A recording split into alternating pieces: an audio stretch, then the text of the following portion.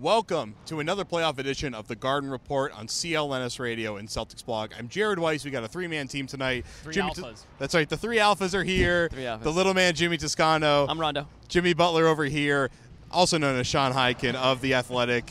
And I'll be D. Wade for the night with my red eyes and solemn lips. And Miss Dunks. And Miss Dunks. I mean, but I'm draining threes tonight.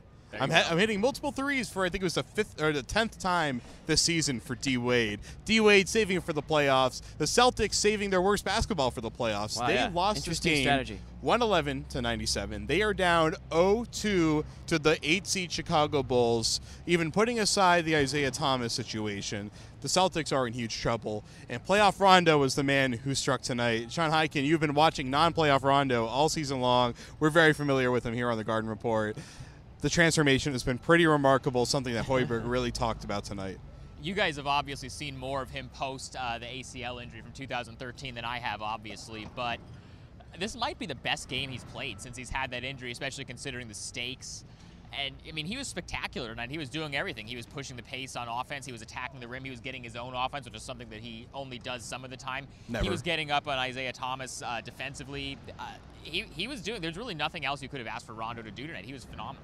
Jimmy, so Rajon Rondo intercepted a lot of balls in the first quarter, and they really tried to kind of take out Isaiah, make passing to Isaiah a real challenge. Rondo would guard him for the early half of the possession. Somebody would switch on at some point. But what did you see out of Rondo, just the energy level tonight? I mean, we know playoff Rondo is trying hard Rondo. Right. I mean, I just think Rondo loves being the villain in a way. You know what I mean? He loves the idea of coming back to Boston, team that traded him away, and just giving it everything he's got to make sure that he has the last laugh, he has the final say. You know, the Celtics ended up losing that deal in the end or whatever. You know, obviously that's not true, but in his eyes, if he can come tonight they did. If he can come into Boston and the Bulls can upset the #1 seeded Celtics, who aren't exactly playing like it, I mean, that's just playoff Rondo. That's the Rondo that Boston fans grew to love because they loved that about him. And Dwayne Wade said it after the game today. He hated playing against Rondo when the Celtics played against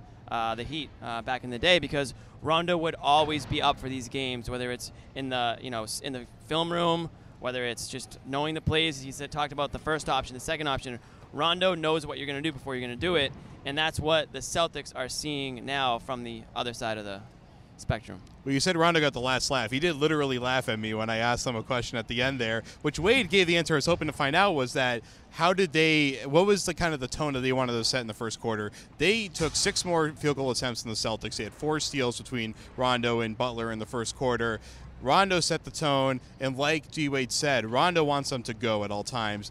You know, Jay Crowder made the point that they're not really a transition team. And because of the way that the Celtics were sloppy with the ball, the Bulls actually kind of turned into a transition team, and that was the biggest issue for the Celtics tonight. Yeah, I mean, that's what Rondo has really given them since he moved back into the starting lineup. Obviously, as anybody knows who's been following them, he's been in and out of the rotation all year. And he was with the second unit for a while, and then he was back in the starting lineup after Wade got hurt with the elbow injury in March. But yeah, the thing that Fred Hoiberg keeps praising about him is that he keeps pushing the pace, keeps getting guys into their sets, he keeps trying to find teammates, keeps trying to find guys the ball, and it's worked for them. 23 points off turnovers for the Bulls. Yikes. Yeah. Not good. That's a big stat. Celtics there. at 8, by the way, for comparison. So, I mean, that's the difference right there. I mean, the Celtics were extremely sloppy down the stretch. Heard a lot of boos from the crowd tonight. You don't hear that often.